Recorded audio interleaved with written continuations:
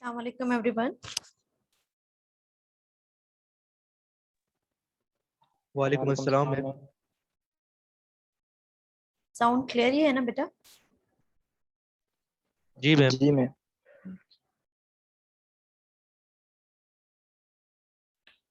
Okay, we can wait one more minute, then we will start at 11:05 exactly. Let the student join within a minute.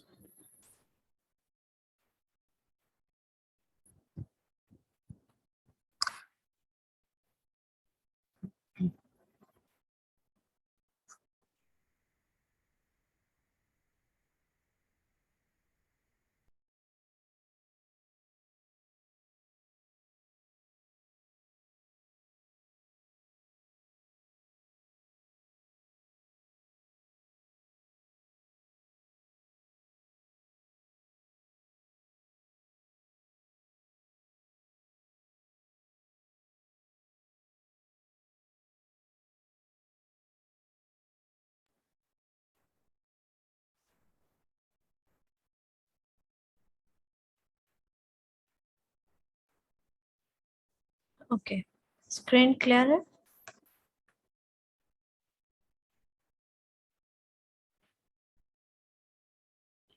Screen visible है बेटा?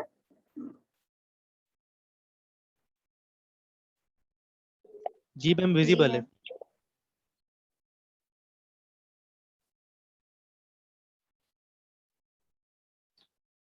Okay.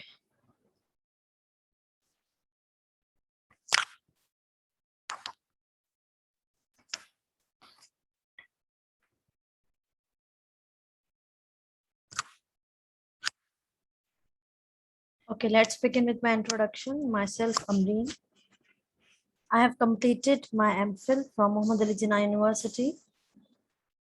And now I'm currently enrolled for my PhD program. There I have completed almost for my, all coursework.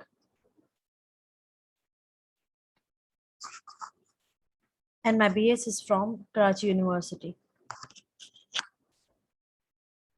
To talk about the teaching experience at the university level, I have approx 3+5, 3.5, and for the different coaching centers and colleges, including the different schools, as I have run my personal school too. Okay. Other than that, for the management side, I have worked even for the admin departments and to proceed and follow for the financial departments too. As I have been IT coordinator there to run a programs, the different programs that run over the different coaching centers and the colleges. Okay. The course is offered to us is multimedia and system design, that is for 2+1 credit hour. That means for the 2 hours for the theory and the 2 hours for the lab. Okay, where you will be counted for the 1 hour for the practical and the second hour for the task that will be assigned by the teacher. Okay. सो आप में से पहले किसी ने ये multimedia system design को किसी और नाम से या बाहर या कहीं पे भी आपने इसको कहीं पे सुना है या कोई आइडिया है कि कोर्स क्या होता है?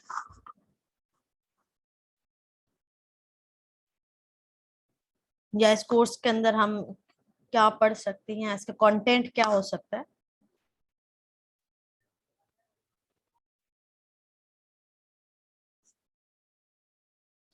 Yes, any one of you who have studied before or who's knowing before about the multimedia course कि इसमें क्या कंटेंट हो सकता है या हम इससे क्या पढ़ सकते हैं, हम इससे क्या सीख सकते हैं?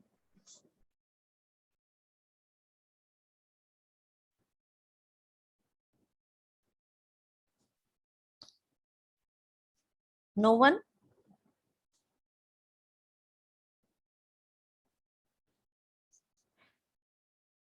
Okay.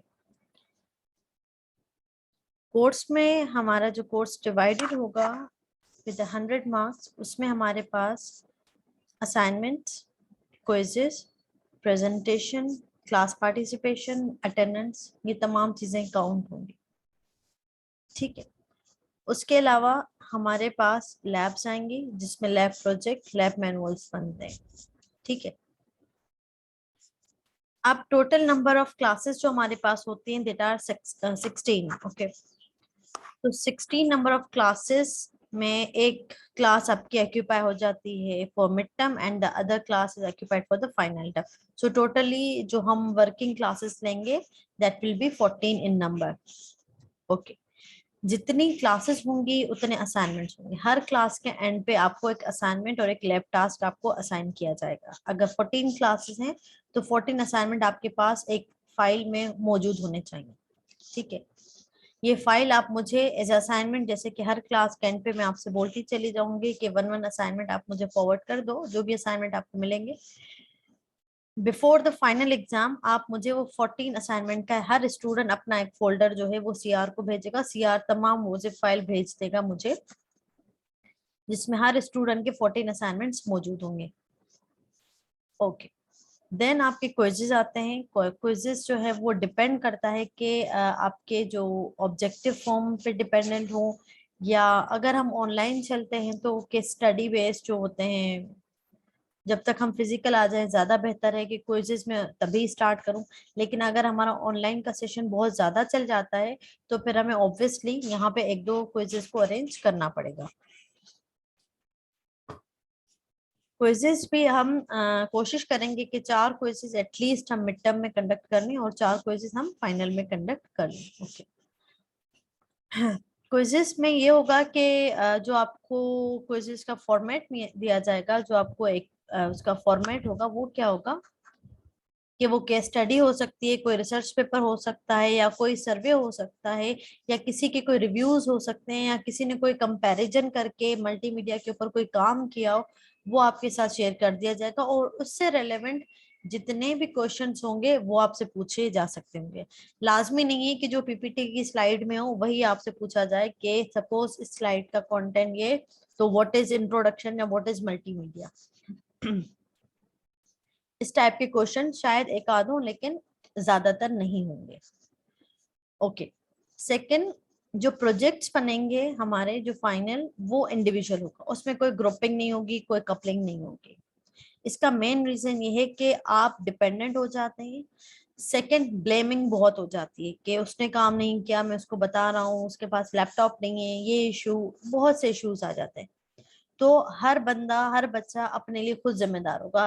He she is answerable to his और हर वर्क, कि हमने ये काम क्यों नहीं किया, लाइट नहीं थी, लैपटॉप नहीं था, जो भी होगा वो होल सोल उसका खुद ही जिम्मेदार होगा।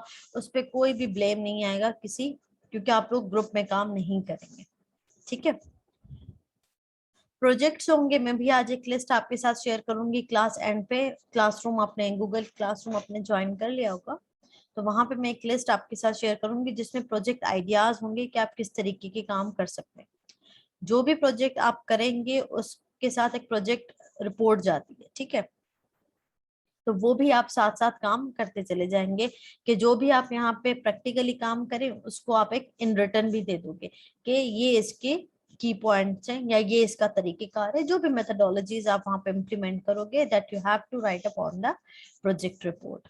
ओके, तो ये आपका साथ साथ प्रोजेक्ट रिपोर्ट भी रेडी होती चली जाएगी। I can ask anybody in between कि मुझे अपना काम शो कर दें, इसकी कोई डेडलाइन नहीं होगी। I am talking about project report. साथ साथ डेली बेसिस पे, वीकली बेसिस पे जो भी आपको काम दिया जाएगा, आप साथ साथ वो काम एज अ लैब टास्क मुझे शो करते जाएंगे, अपने लैब मैनुअल्स भी रेडी करते जाएंगे, उसका प्रोजेक्ट रिपोर्ट के अंदर भी एंट्री करते चले जाएंगे। रैंडमली किसी भी 2-3 स्टूडेंट्स को मैं बोल सकती हूँ कि भाई अपनी फाइल मेरे मुझे सेंड कर दो। अभी जब तक हम लास्ट तक नहीं पहुंचते तब तक इसकी हार्ड कॉपी लेने की जरूरत नहीं, तब तक आप सॉफ्ट कॉपी में काम करते रहिए, अपने पास फाइल फोल्डर जमा करते चले जाइए। बिफोर द फाइनल एग्जाम आपसे जो कहा जाएगा आप वो फिर हार्ड कॉपी में जो भी उस वक्त रिक्वायरमेंट बनती है आप उस हिसाब से अपना कंटेंट हमारे साथ शेयर करेंगे। ठीक है, क्लास पार्टिसिपेशन जो है उसकी भी टाइप्स होती हैं। एक होता है प्रोडक्टिवली कि आप एक क्लास में प्रोडक्टिव पार्टिसिपेशन ले रहे हो, तो बहुत अच्छा रहता है कि चीजें समझ आती हैं, डिस्कशन होती है। एक जो हमारे पास पार्टिसिपेट किया जाता है वो होता है इंटरप्शन के हिसाब से, कि क्लास को इंटरप्ट किया जाए, किसी को टीज किया जाए, किसी को टॉन्ट किया जाए। तो काइंडली इन तमाम चीजों से आप इग्नोर करना कि ये ऐसा कोई भी बिहेवियर जिससे आप अगले इंसान को दुख पहुंचा सको या उस कोई ऐसा एक्ट कर जाओ या डिस्टर्ब हो जाए क्लास, तो काइंडली इन तमाम चीजों को अवॉइड कीजिएगा। ओके, जितनी प्रोडक्टिव डिस्कशन कर सकते हैं, आई वेलकम यू ऑल। जितनी भी प्रोडक्टिव डिस्कशन हो, आपको क्लास लेक्चर समझ नहीं आते, you want me to repeat it, no issues, हम उसको रिपीट भी कर लेंगे, हम उसको रिवाइज कर लेंगे। कंटेंट को हम अगर मोल्ड करना चाहें कि भाई अगर आपको इमेज फॉर्म में, क्योंकि हर स्टूडेंट की अपनी रिक्वायरमेंट होती है, कुछ स्टूडेंट टेक्सचुअल डेटा बहुत ज्यादा अच्छे से पढ़ सकते हैं, कुछ स्टूडेंट जो है वो इंटरेक्टिव डेटा चाहते हैं। ये कोर्स हमारे पास जो मल्टीमीडिया है वो इंटरेक्टिव रहेगा, क्योंकि काफी इसके कॉन्सेप्ट हर स्टूडेंट के पास होंगे। ऑब्वियसली आप में से काफी ऐसे होंगे जो मे भी कंप्यूटर से के बैकग्राउंड को रिलेट करते हो या उन्होंने मे भी काफी टर्मिनोलॉजी सुनी हो, तो आई डोंट थिंक सो कि इसकी जो टर्म्स होंगी वो आप सबके लिए जो है वो बिल्कुल ही 100% न्यू होंगी। काफी टर्म्स आपके लिए 20 to 30% रेशियो आपके लिए जो है वो सिमिलर या फेमिलर हो सकता है। Is it okay, clear?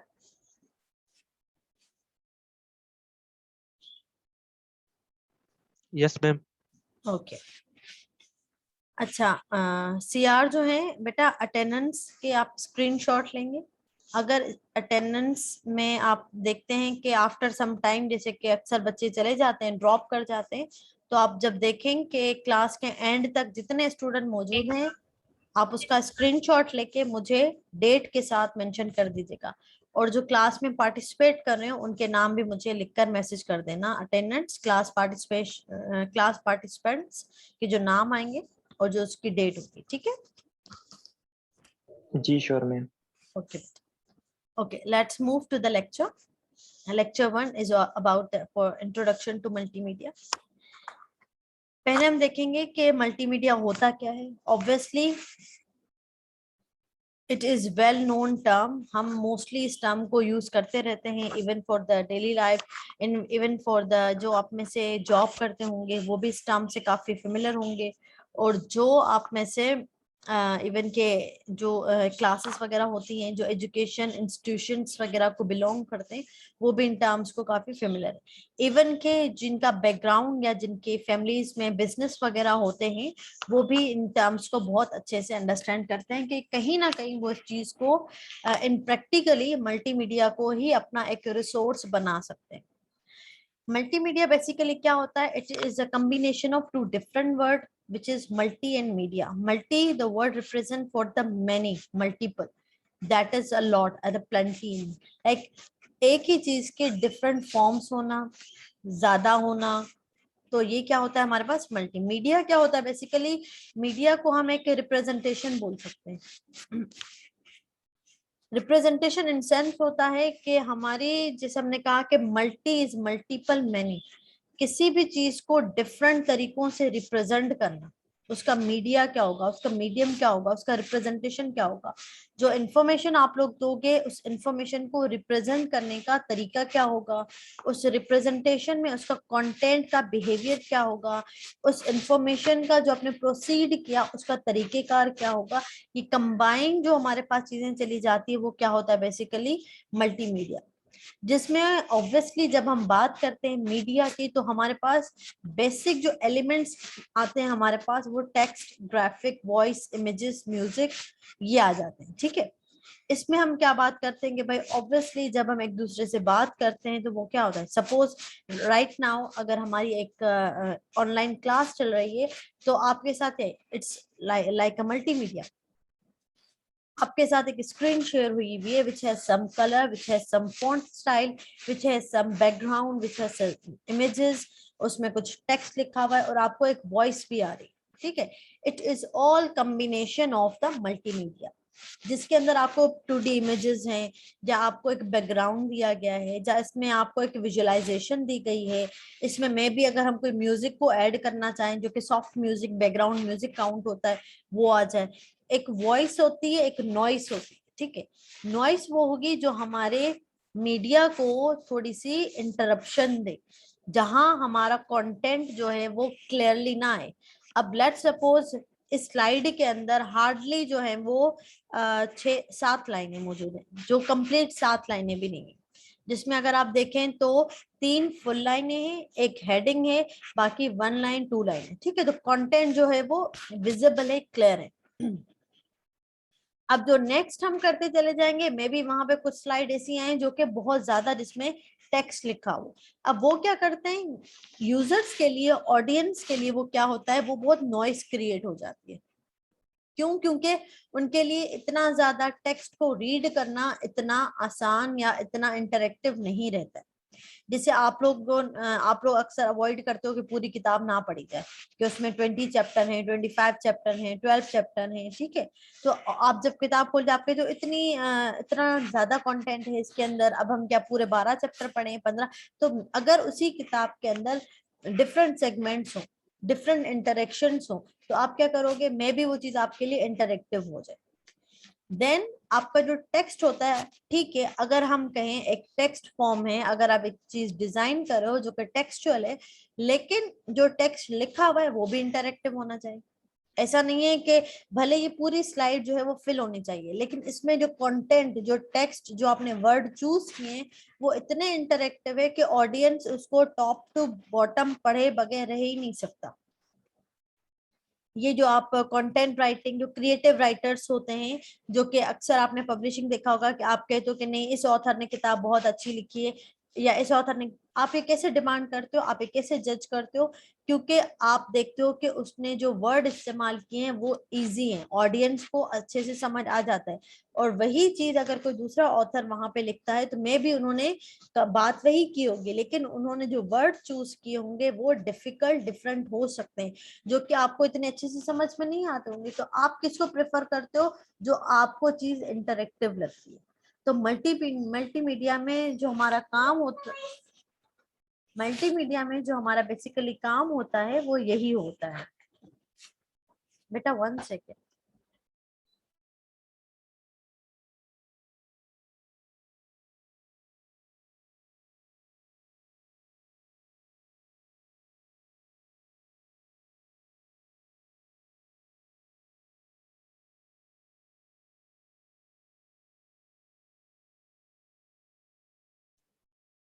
Okay बेटा, ठीक है।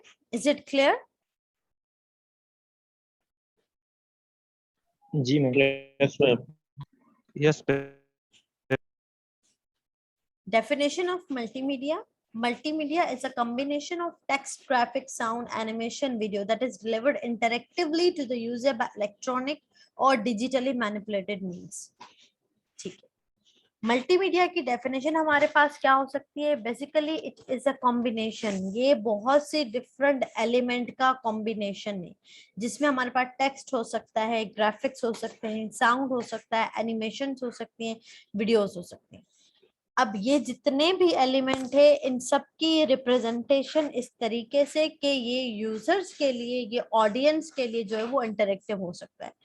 अब हम ज्यादातर जो अपना कंटेंट डिलीवर करते हैं, अब वो क्या हो सकता है, डिजिटली हो सकता है, वो हमारा मैनुअली हो सकता है। आपने किसी को एक जो है वो एप्लीकेशन लिख दी, अब वो एप्लीकेशन आपने डिजिटली लिखी, या आपने एक मैनुअली राइटअप कर ले लिया, या आपने एक चीज ड्रॉ करके ले ली कि भाई यही चीजें। बहुत से ऐसे स्टूडेंट होते हैं जो कि बजाय के वो आंसर शीट में बजाय के टेक्स्ट फॉर्म को लिखें, कि वो बहुत ज्यादा कंटेंट लिखें, वो क्या करते हैं, फ्लो चार्ट में अपनी इंफॉर्मेशन दे देते हैं या डायग्राम्स बना देते हैं, जबकि सवाल की रिप्रेजेंटेशन वो वही होती है, उसी को तो ये क्या होता है, हर स्टूडेंट का, हर पर्सन का किसी भी चीज को डिफाइन करने का अपना तरीका होता है, ताकि वो जो आंसर है वो अगले तक भी पहुंच जाए, वो इंटरेक्टिव भी हो, और उसके जो एलिमेंट्स हैं वो भी जो है फुलफिल हो जाएं और आप तक पहुंच जाएं।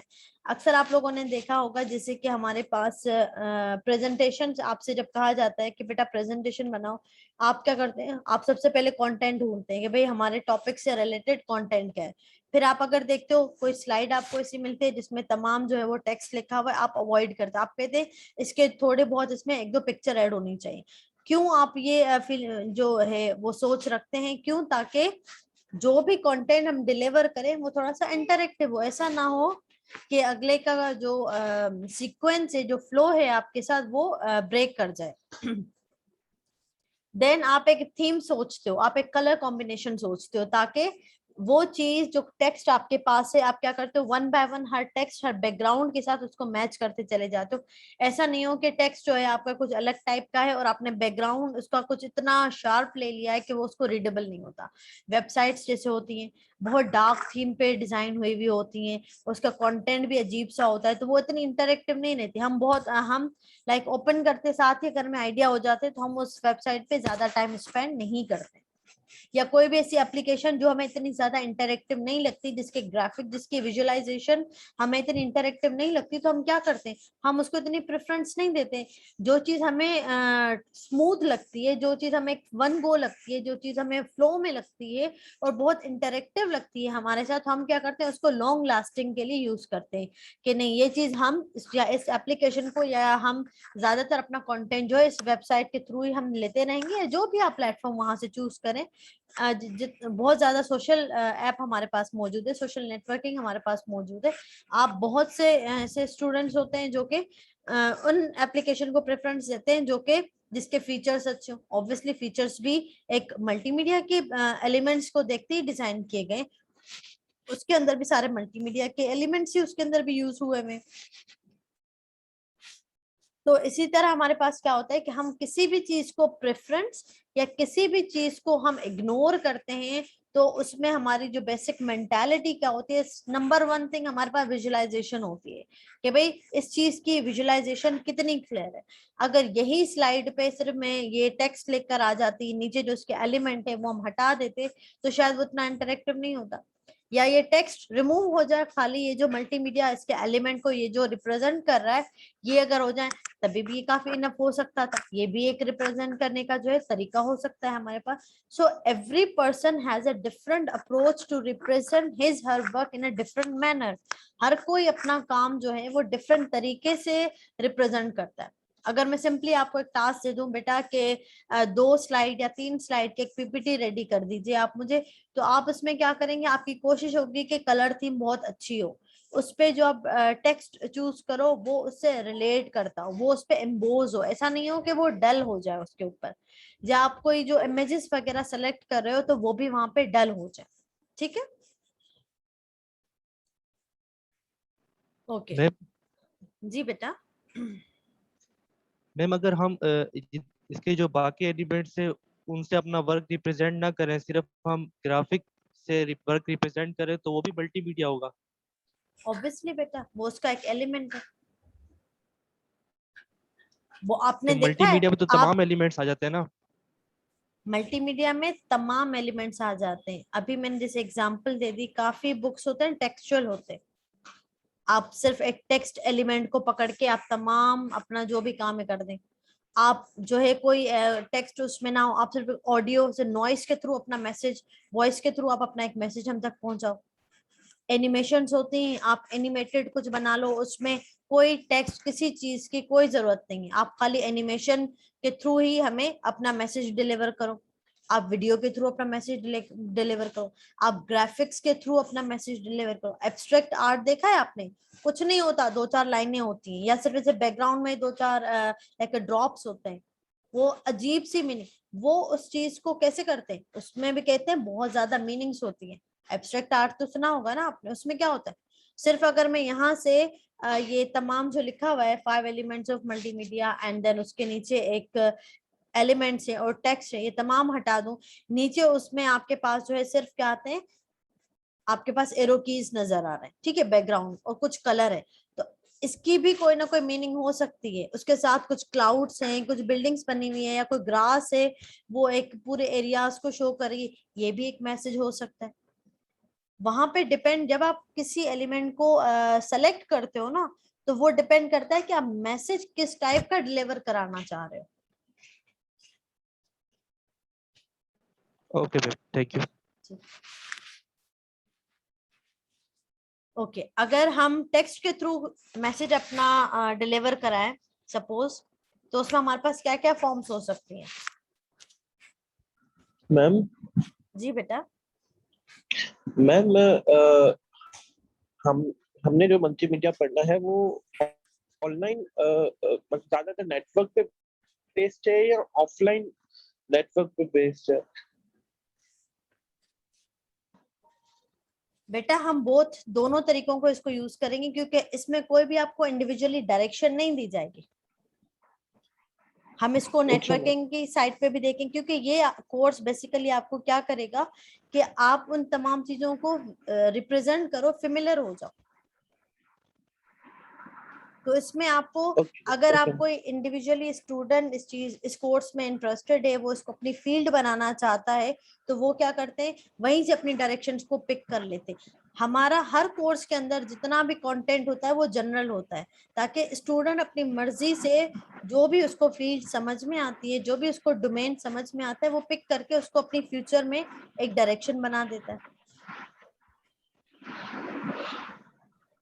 Okay okay ma'am. Okay okay अगर टेक्स्ट के फॉर्म में डेटा आपसे कहा जाए कि सिर्फ टेक्सचुअल फॉर्म को आप रिप्रेजेंट करेंगे, तो आप कैसे करेंगे? Any idea?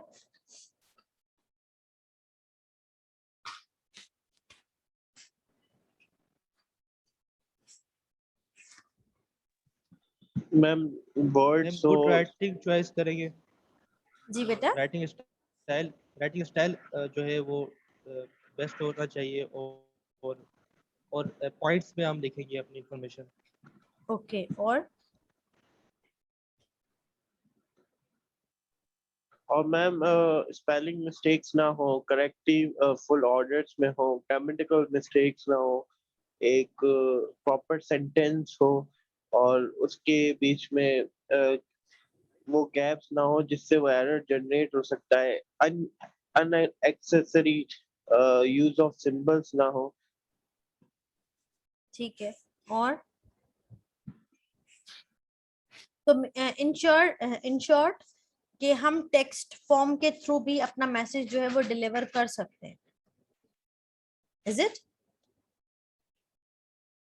हम टेक्स्ट फॉर्म के थ्रू भी without involving other element only use करें सिर्फ एक एलिमेंट को विच इज टेक्स्ट, हम अपना मैसेज इजीली कन्वे कर सकते हैं, इज इट? मैम ये तो फिर मैम ये कॉम्बिनेशन तो नहीं हुआ ना मीडिया का, क्योंकि मीडिया में तो ये तमाम चीजें आ जाती हैं, तो सिर्फ हम टेक्स्ट के थ्रू शो कर रहे हैं, तो फिर ये तो मल्टीमीडिया नहीं हुआ ना, क्योंकि मल्टी मीन मैनी होता है। मल्टी मीन्स मैनी होता है, लेकिन जो टेक्स्ट अगर एक एलिमेंट पिक करेंगे, ये एलिमेंट किसका पार्ट है, ये किसका एलिमेंट है? आप इसकी मल्टीमीडिया का। मैं आपको एक एग्जांपल दूं। आप कंप्यूटर साइंस है, कंप्यूटर साइंस तो एक ही है, उसके अंदर आप 30+ कोर्सेज पढ़ते हो, लेकिन जब आप स्पेशलाइजेशन में जाओगे you have to pick a one field. ऐसा तो नहीं होगा कि आप साथ में डेटा साइंस भी कर रहे हो, आप एआई को भी ले रहे हो, आप नेटवर्किंग को भी ले रहे हो, ठीक है? आप क्या करोगे, under one umbrella you have a plenty of options. अगर आप मल्टीमीडिया के अंदर, ये तो सिर्फ 5 एलिमेंट्स है, इसकी वास्ट फील्ड है। आपने अक्सर देखा होगा लोग जो है वो सिर्फ काम करते हैं, लोगो डिजाइनिंग के ऊपर काम करते हैं, ठीक है? उसके अलावा कुछ जो होते हैं पूरी वेबसाइट्स के ऊपर काम करते हैं। अब जो वेबसाइट के ऊपर काम करेगा, जाहिर सी बात है उसको तमाम चीजें चाहिए होंगी, वो मीडिया को ये वीडियो भी यूज करेगा, एनिमेशन भी लगाएगा, ग्राफिक्स भी यूज करेगा, ऑडियो भी करेगा, टेक्स्ट भी करेगा, ठीक है? अगर कोई लोगो डिजाइन करेगा तो उसका काम क्या होगा, सिर्फ उसको एक जो है सिंपली कोई भी शेप को क्रिएट कर देना, दैट्स इट।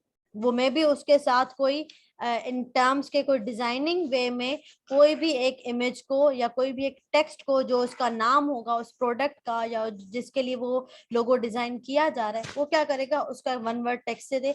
ये भी ऑप्शनल होता है, वो ना दे, वो कोई और कर दे। कुछ होते हैं जो कि आपको सिर्फ डिफरेंट लोगोज होते हैं और हर कोई उस लोगो को देखकर एक इमेजिनरी अपना जो है ओवरव्यू होता है, एक उसका जो परसेप्शंस होती हैं वो जनरेट कर देता है। सपोज अगर यहाँ पे अगर आप देखें तो ये मल्टीमीडिया, आपने कहा ये एक रेक्टेंगल है, इसके पीछे देखा जाए ये इससे बड़ा एक रेक्टेंगल है, ये सिर्फ एक लोगो हो सकता है। अगर यहाँ पे ये जो टेक्स्ट लिखा हुआ है, ये जो कुछ लेटर्स हैं, जो कॉम्बिनेशन है कुछ लेटर्स का, आई डोंट नो ये लफ्ज क्या है, ये क्या हो सकता है, ये इसको रिप्रेजेंट कर सकता है, मे बी इसका कोई दूसरा तरीका हो सकता है। तो इन टर्म्स इन शॉर्ट के क्या होगा कि जो भी मल्टीमीडिया का अलग मल्टी के मीनिंग्स होते हैं मैनी, लेकिन आप क्या करते हो स्पेसिफिकली अगर किसी पे काम करना चाहो, ये भी इसके अंदर एक स्लाइड है जो आपने सवाल किया, आप क्या कर दो स्पेसिफिकली किसी एक के ऊपर काम कराना चाहो, दैट इज योर चॉइस। अगर आप कंबाइन 5 6 7 जितने भी इसके ऑप्शन है सबको मिला के भी अगर आप कोई काम करना चाहते हो, दैट इज योर चॉइस। ये डिपेंड करता है और डिजाइनर के ऊपर, जो ऑनर होता है वो डेवलपर के ऊपर कि वो किस तरीके से इन तमाम चीजों को डिजाइन करके आगे प्रोसीड करता है। सिर्फ आपका मोटिव क्या होता है, आपका मोटिव डेड नहीं होना चाहिए, आपका मोटिव है to convey a message in a proper way. अगर आप सिर्फ कोई ग्राफिक कलर इवन के सिंपली बैकग्राउंड के थ्रू भी हम अपना मैसेज दे सकते हैं, it's a combination of light green and white, ठीक है, ये बाकी तमाम चीजें इसमें से रिमूव कर दो, इन दो चीजों से भी हम अपना मैसेज कन्वे कर सकते। मैं कह रही हूँ आप वो जो डिजिटल पेंटिंग्स होती हैं आप उस पे देखिए, जो ये मैनुअली जो पेंटिंग सारे डिजाइन की हुई होती हैं उसमें कितनी वैरायटी होती है। Most of the time we don't know कि भाई ये क्या हुआ, हमारे लिए बहुत यूजलेस होता है, क्या है इसमें 2-3 ड्रॉप तो हैं, इसमें 2-3 लाइनें तो डली हुई हैं, इसमें ये तो है, बिकॉज हमें वो सेंस ही नहीं है कि हम उसको रीड कर सकें। अगर मैं सिंपली ये कहूँ कि ये दो सिर्फ कलर हैं ग्रीन एंड व्हाइट, तो मे बी कोई जो है इसको डिफरेंट, जिसको थोड़ा बहुत आइडिया वो उसको रिप्रेजेंट कर दे, जिसको आइडिया नहीं होगा उसके लिए क्या होगा कि हम इस पे क्या कर सकते हैं, maybe you spend some time on it. तो ये तरीका होता है, हमें एक कंबाइन एक पूल दिया जाता है, उस पूल के अंदर से हम क्या करते हैं अपनी मर्जी की कोई चीजें, चॉइस ऑफ डिजायर हम क्या करते हैं उसको पिक करते हैं और हम अपना काम उस सिनेरियो में ले लेते हैं। और ये जितना भी काम होता है ना मल्टीमीडिया का, ये ज्यादातर आपका ग्रुपिंग में होता है, इसका एक पूरा इसकी एक पूरी टीम बनती है। जो टेक्स्ट में एक्सपर्ट होता है ना वो टेक्स्ट का काम लेता है, जो ऑडियो को मैनेज करने में एक्सपर्ट होता है वो ऑडियो का काम लेता है, जो एनिमेशन का एक्सपर्ट हो, जो वीडियो का हो, जो ग्राफिक्स का हो, वो एक्सपर्ट अलग अलग अपने डोमेन में काम करते हैं। अक्सर आपने फ्रीलांसिंग में भी देखा होगा, वहां पे लिखा होता है, वो आपसे कहते हैं कि वीडियो मर्जर या वीडियो टाइप के कोई भी ऐसी जॉब्स वहां पे आ रही होती हैं, या अक्सर सिंपली आप जॉब्स में देखो वो क्या कहते हैं आपसे इंडिविजुअली कि ऑडियो से या म्यूजिक रिलेटेड या ऑडियो रिलेटेड या ग्राफिक्स की आपसे वो कहते हैं, या ग्राफिक डिजाइनर्स की वो आ जाती है। उसमें क्या होता है मे बी इंटरनली वो मजीद किसी अलग चीज को रिप्रेजेंट कर रहा हो, या मे बी वो तमाम चीजें आपसे मांग रहा हो कि भाई जिस डिजाइनर के अंदर ये तमाम खूबियां पाई जाती हैं वो आ जाए, या कहते हैं कि भाई इन 5 चीजों में से जो भी जिस चीज का एक्सपर्ट है वो कर ले। जैसे कि I am not good at writing, तो मैं अगर मुझे कोई कहे कि आप टेक्स्ट करें, मैं अगर अपने एग्जाम टाइम भी अगर मैं शेयर करूं तो मैं रिटर्न फॉर्म में जवाब नहीं दे सकती, ज्यादा मैं नहीं लिख सकती इतना ज्यादा, क्योंकि मैं भी जो चीज मैं एक ड्रॉ करके अच्छी से बता सकती हूँ मैं उतनी लिखकर वो चीज अच्छी से नहीं बता सकती। तो ये भी हर किसी का जो है वो एक तरीका होता है कि आप अपना मैसेज तो डिलीवर कर रहे हो लेकिन उसकी रिप्रेजेंटेशन क्या हो सकती है। या मे भी काफी ऐसे होते हैं जिनको ड्राइंग वगैरह नहीं आती तो वो इतना अच्छे से रिप्रेजेंट नहीं कर सकते। फ्लो ऑफ इंफॉर्मेशन होनी चाहिए ना, मकसद आपका डेड नहीं होना चाहिए, आप फ्लो कर रहे हो इन्फॉर्मेशन को, आप अपना मैसेज कन्वे कर रहे हो, आपकी रिक्वायरमेंट्स फुलफिल हो रही हैं। जब सारे पैरामीटर फुलफिल हो रहे हैं और मैं एक ही टेक्स्ट एलिमेंट को पकड़ के ये अपनी सारी चीजें कर रही हूँ, दैट इज ओके। हाँ, अब रिक्वायरमेंट है अगर आप एक चीज के थ्रू सारा काम कर रहे हो तो क्या ऑडियंस के लिए भी इंटरेक्टिव है, ऑडियंस भी इस चीज से फायदा उठा सकती है, ऐसा क्योंकि हम ज्यादातर काम किसके लिए करते हैं, ऑडियंस के लिए करते हैं। फिर इसमें भी मजीद स्लाइड्स हैं, उसमें मैं आपको एक और चीज लीनियर नॉन लीनियर उसका भी मैं आपको वो एक आइडिया दूंगी तो आपको वहां से भी काफी चीजें क्लियर हो। ठीक है, किसी को okay question? Thank you so much, thank you okay, so much.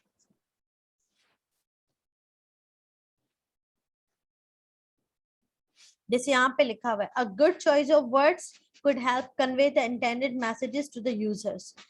Obviously जितना अच्छा आपके वर्ड चूज किए गए होंगे वो आपके मैसेज को उतना अच्छे से कन्वे कर सकते हो। मे बी हमारी ज्यादा अच्छी वोकैबलरी का होना भी ज्यादा अच्छी कोई बात नहीं होती है कि आपके पास वोकैबलरी बहुत अच्छी, वोकैबलरी बहुत अच्छी है लेकिन वो इतनी हार्ड वोकैबलरी है कि एक नॉर्मल इंसान समझ ही नहीं सकता। अच्छा, we are running less than a minute, इसी लिंक को रिज्वाइन कर लीजिएगा आप लोग। ठीक है, तो ये नहीं होता कि किसी भी कीवर्ड ऐसी वोकैबलरी आप यूज कर लें जो हार्ड टू अंडरस्टैंड हो, और कोई ऐसी चाइल्डिश भी नहीं होनी चाहिए। आप एक हमेशा जब भी कोई चीज कन्वे करते हो, वो क्या करते हो, आप ऐसे वर्ड यूज करते हो जो कि अगले को समझ में आ जाए। इसके एक एग्जांपल मैं देती हूँ। अगर आप एक मैसेज टाइप करते हो ना, जो मैसेज आप अपने फ्रेंड के लिए टाइप करोगे वो